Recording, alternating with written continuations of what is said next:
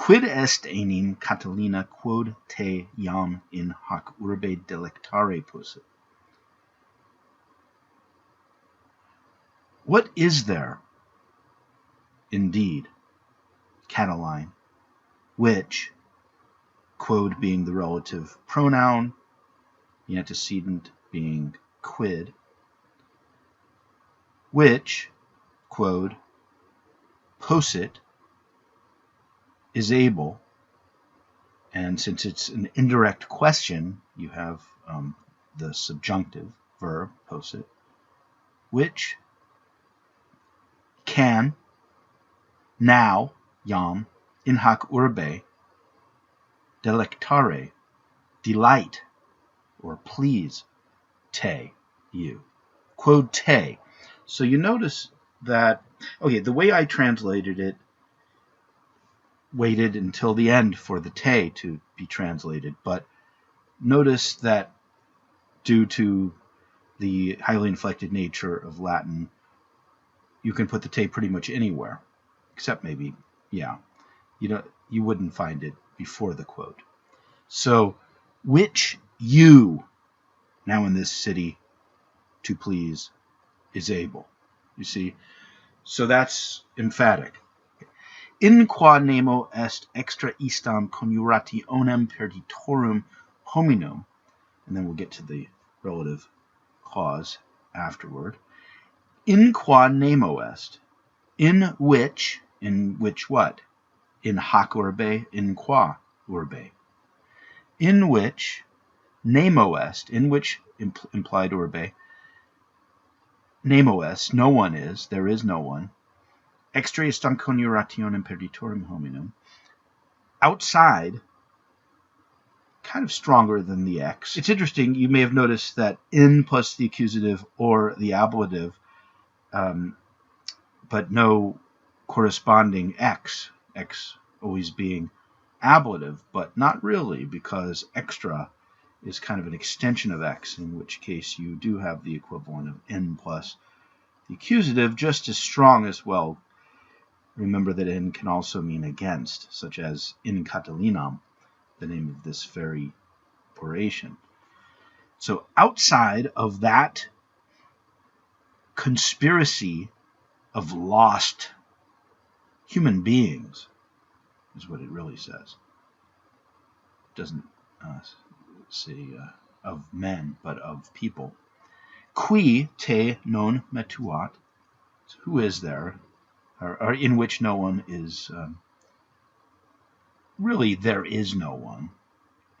Qui te non metuat, does not fear you, and again, well, not again, actually, now we have a relative clause of characteristic, don't we? And that's why we have this subjunctive here. Who does not is the way that we were taught to translate it in first year Latin. You can get away with actually reflecting the mood in the translation, so who would not, but either one. Who doesn't fear you? No one who does not hate you. Implied te again. So qui te, and one good way to get across that you're carrying the te over without having to do so, accommodating ellipsis, is, as before, to put the te in an emphatic position, thereby making it more likely that you are implying that it is to be understood to be repeated after the second qui, before non uderit. Qui te non metuat, nemo qui. If you put the te again, it would just feel a little bit awkward, wouldn't it? Cicero knows what he's doing. I hope you've come to understand that,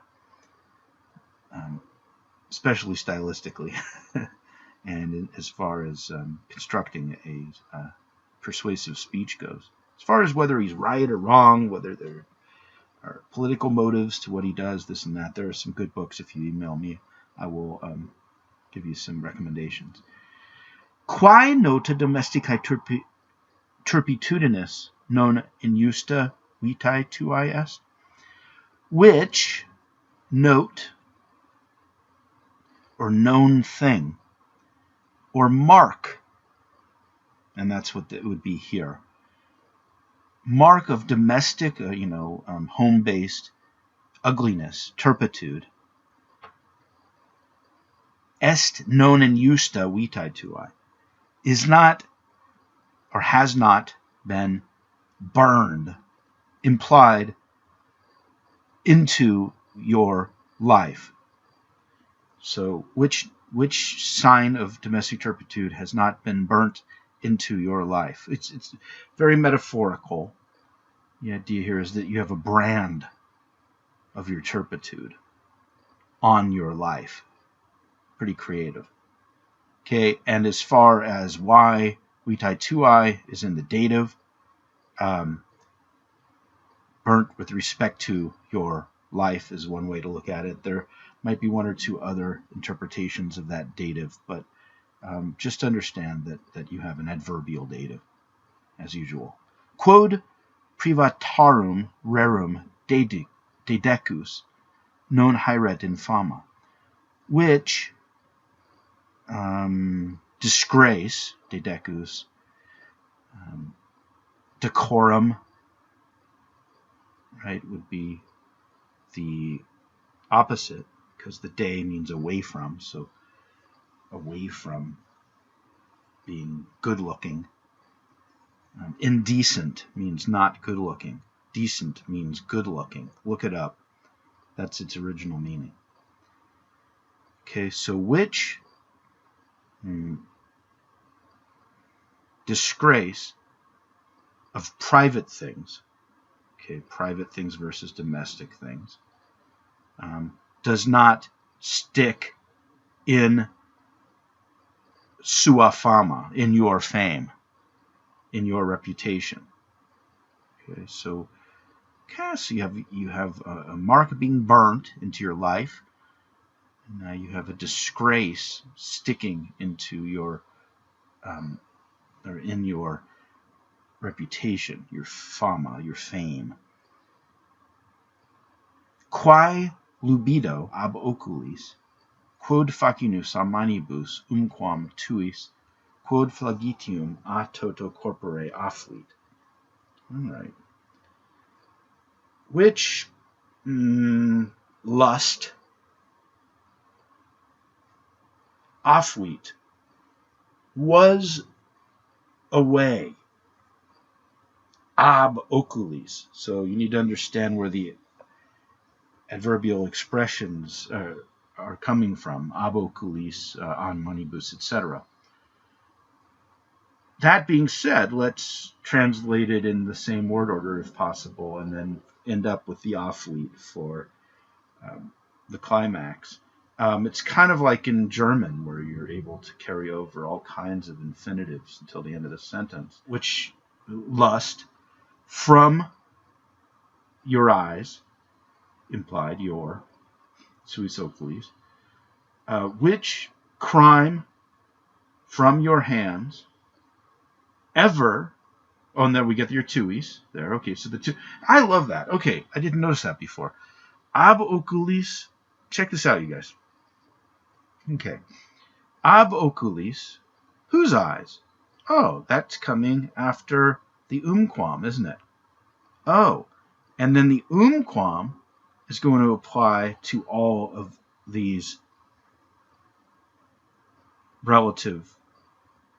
all of these interrogative pronouns.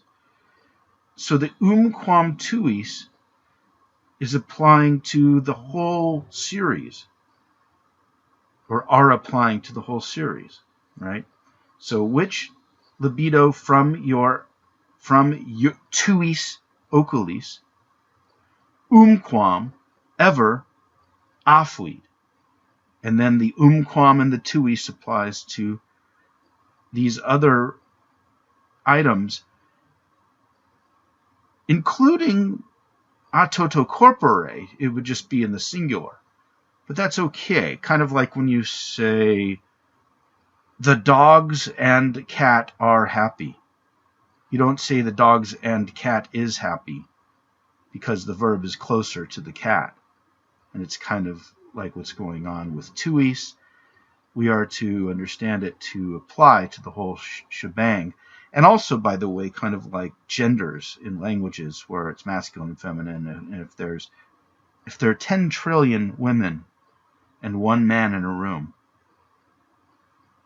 it's embedded in many languages to put it in the plural, to put the plural in the masculine gender, because there is a man in there. So that's kind of an interesting example of how languages are sometimes loaded gender-wise.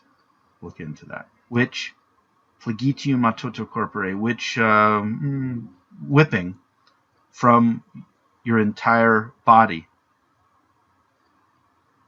was away.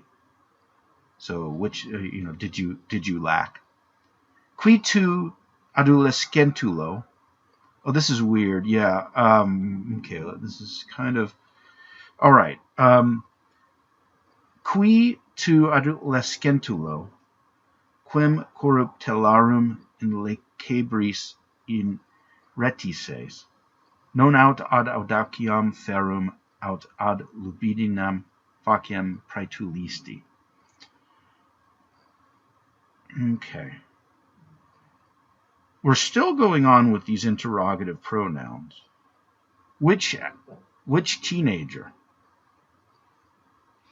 And then we might as well get the relative cause over with.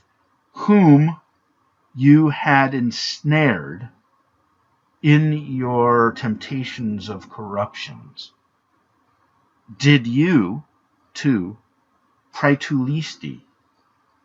Okay.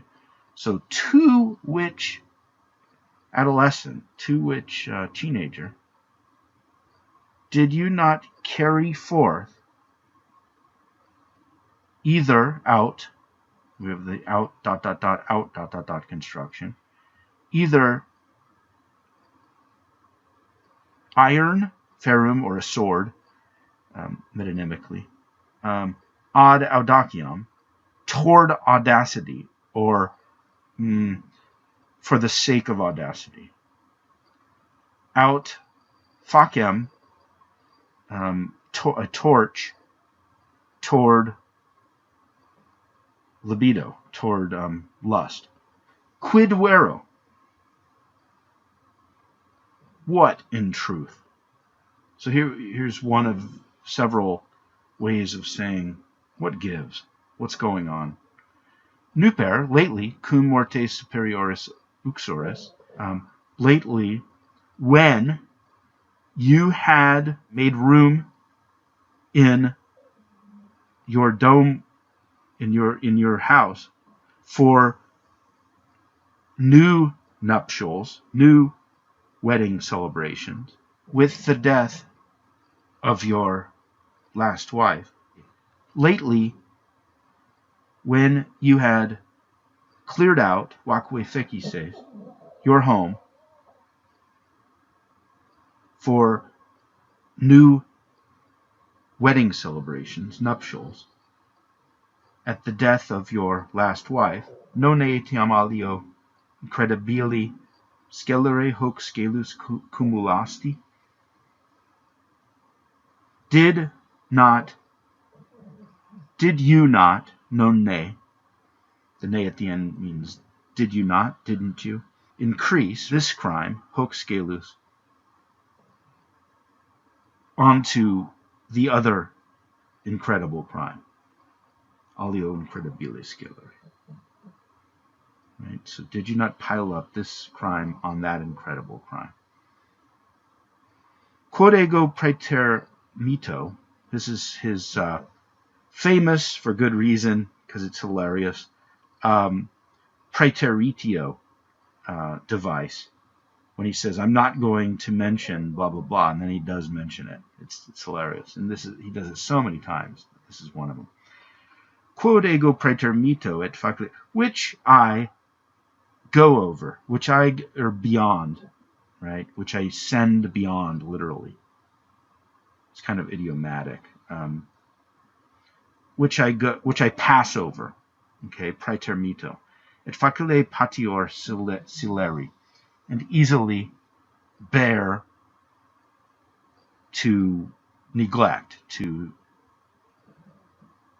be silent about, lest in hac civitate tanti facinoris immanitas or immanitas aut extitisse aut non vindicata esse videatur.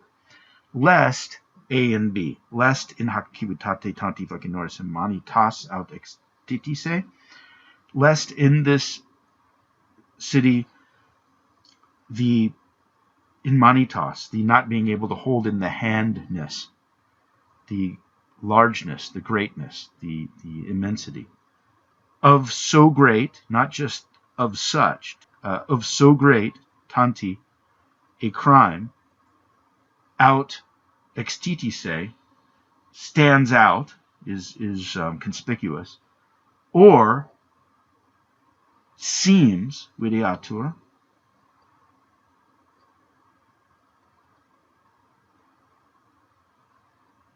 subjunctive, agreeing with the ne rather than known at the beginning of the clause, or does not seem to be esse vindicata, vindicated. Praeter mito, here he goes again. Really? I'm going to pass over, I'm going to ignore, I'm going to not mention the ruins of your fortunes, which, all of which, quas omnis is really omnes, isn't it? Which all you will see, will sense, to impend to you, lean into you, literally, or hang into you. On the next Ides, 15th, remember the Ides of March. Adila venio. So, praeter mito this and praeter mito that. Now, this is what I'm really going to talk about, because this has to do with everybody instead of just our little quibbles, he says, in a not so subtle attempt to get some points from the jury while at the same time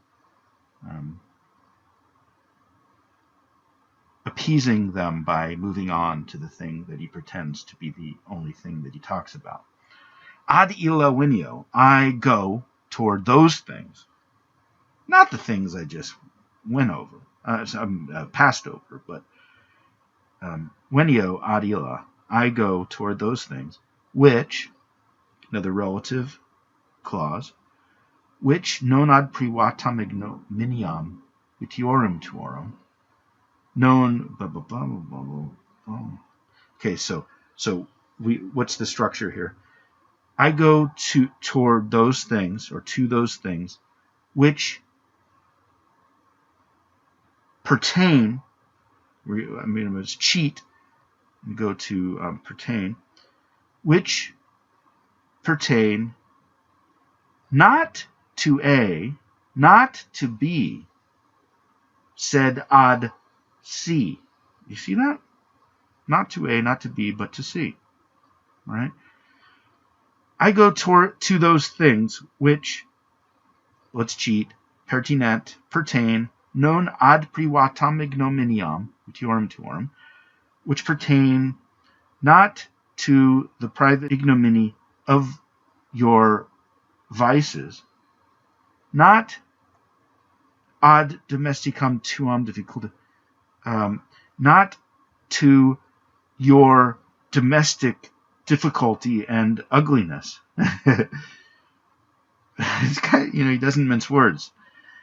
Sed ad summam rem publicam, okay, but pertain ad summam rem publicam, to the highest republic. What does that mean? To the pinnacle of the republic. Atque ad omnium nostrum vitam, and to the life and health of all of us.